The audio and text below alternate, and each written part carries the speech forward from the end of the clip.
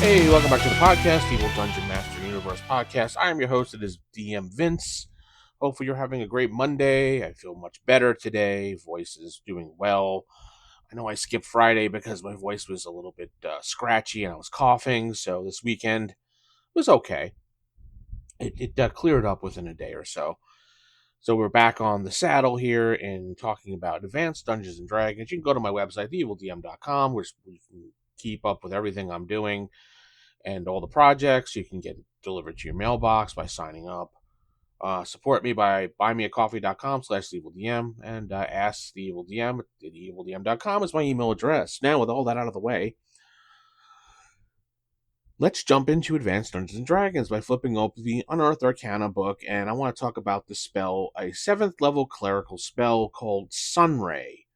It's an evocation alteration spell. It's 7th level, 1 inch per level.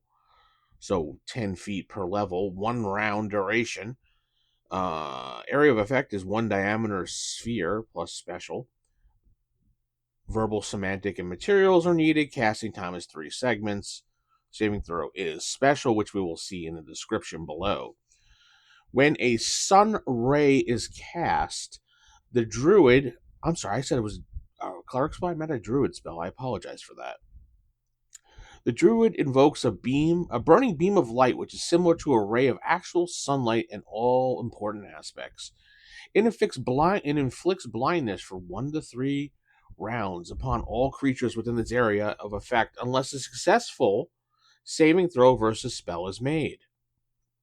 Creatures using ultravision at the time may be blinded for 2 to 8 rounds, while those whom sunlight is harmful or unnatural will suffer permanent blindness unless a save is made, in which case the blindness lasts for 2d12 rounds.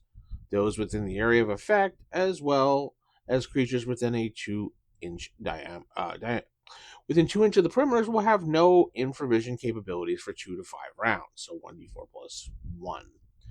Undead, including vampires caught within its main effective area, must save versus spell, taking 8 to 48 points of damage, or half damage if the save is made. Those within the secondary area of effect, up to 2 inches from the perimeter, take 3d6 points of damage, or no damage if the save is made. The ultraviolet light generated by the spell will inflict damage on fungoid creatures and subterranean fungi, just as if they were undead, but no saving throw is possible. The material components are Aster seed and a piece of aventurine feldspar, or a sunstone. It's an interesting spell because you can use this strategically if you were in a dungeon. Now, it's a high-level spell, and if you're going into a dark cave or something like a tomb that's underground that you know there's going to be some undead, or you know there's going to be something that this would be needed for, I would definitely prepare the spell, but I don't see too many people preparing a sunray spell unless you have the notion that you were going to fight a lot of undead. This is perfect because if you are in a room where you see a lot of undead, this will be a room clearer when it comes to undead, especially lower level undead.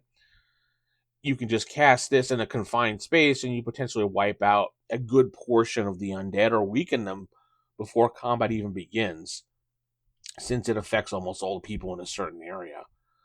You can also use this to blind a group of enemies so that you can sneak in there and, get a couple hits off, or have your thief go in there and get a couple backstabs off where they can't see as he snuck around them.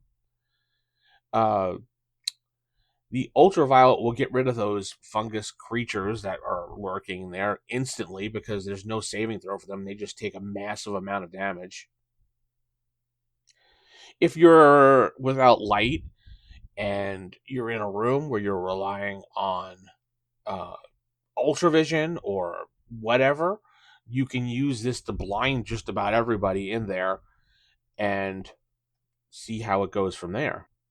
One way I could see using it, and I don't know how well it would work, but you could use it as it'd probably be a waste, but if you're in a town that has a lot of superstitions going on about spell casting and things, you could use the ultraviolet or the Sunray spell, excuse me, to cast at a certain area as if you were predicting something, so you can fool those who don't think magic is real. I mean, you're in D&D, so magic is real. So I don't know how well that'll work, but I have done it in campaigns where magic was illegal or magic was not supposed to be used. So anytime magic is used, it was kind of like a like that. So you could do that.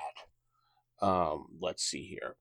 Another way I wrote down, you can use it for interrogating vampires and dark dwelling monsters. If you capture them and they're intelligent enough to talk, you can use it as an interrogation tool, which would probably burn them to death. But hey, you got to do what you got to do, right? There's another way you can use it if you are running away from a lot of undead and it's a scarce area and it's not something that you can cast a spell within enough time.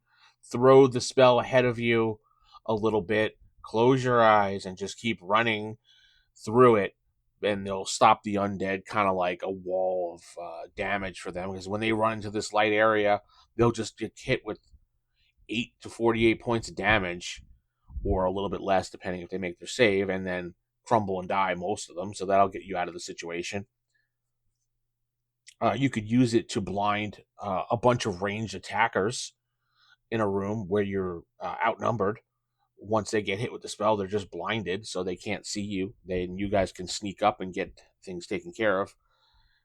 It's kind of a spell that is situational, in my opinion, and it's not something I don't see many people preparing. I don't think I've ever seen anybody use it. I mean, if you've seen people use it in your campaign, let me know, because I'd like to know how they used it, and if they used it other than just basically undead, because that's the only thing I could see it's useful for, other than the couple suggestions I came up with. But that's the show for today. Hopefully you've enjoyed today's show. Hopefully you continue enjoying the shows as we continue along plowing through the books and coming up with some interesting topics to talk about. You can always email me or hit me up on Facebook, The Evil Dungeon Master, if you'd like to talk about something. Ask the DM at theevildm.com, and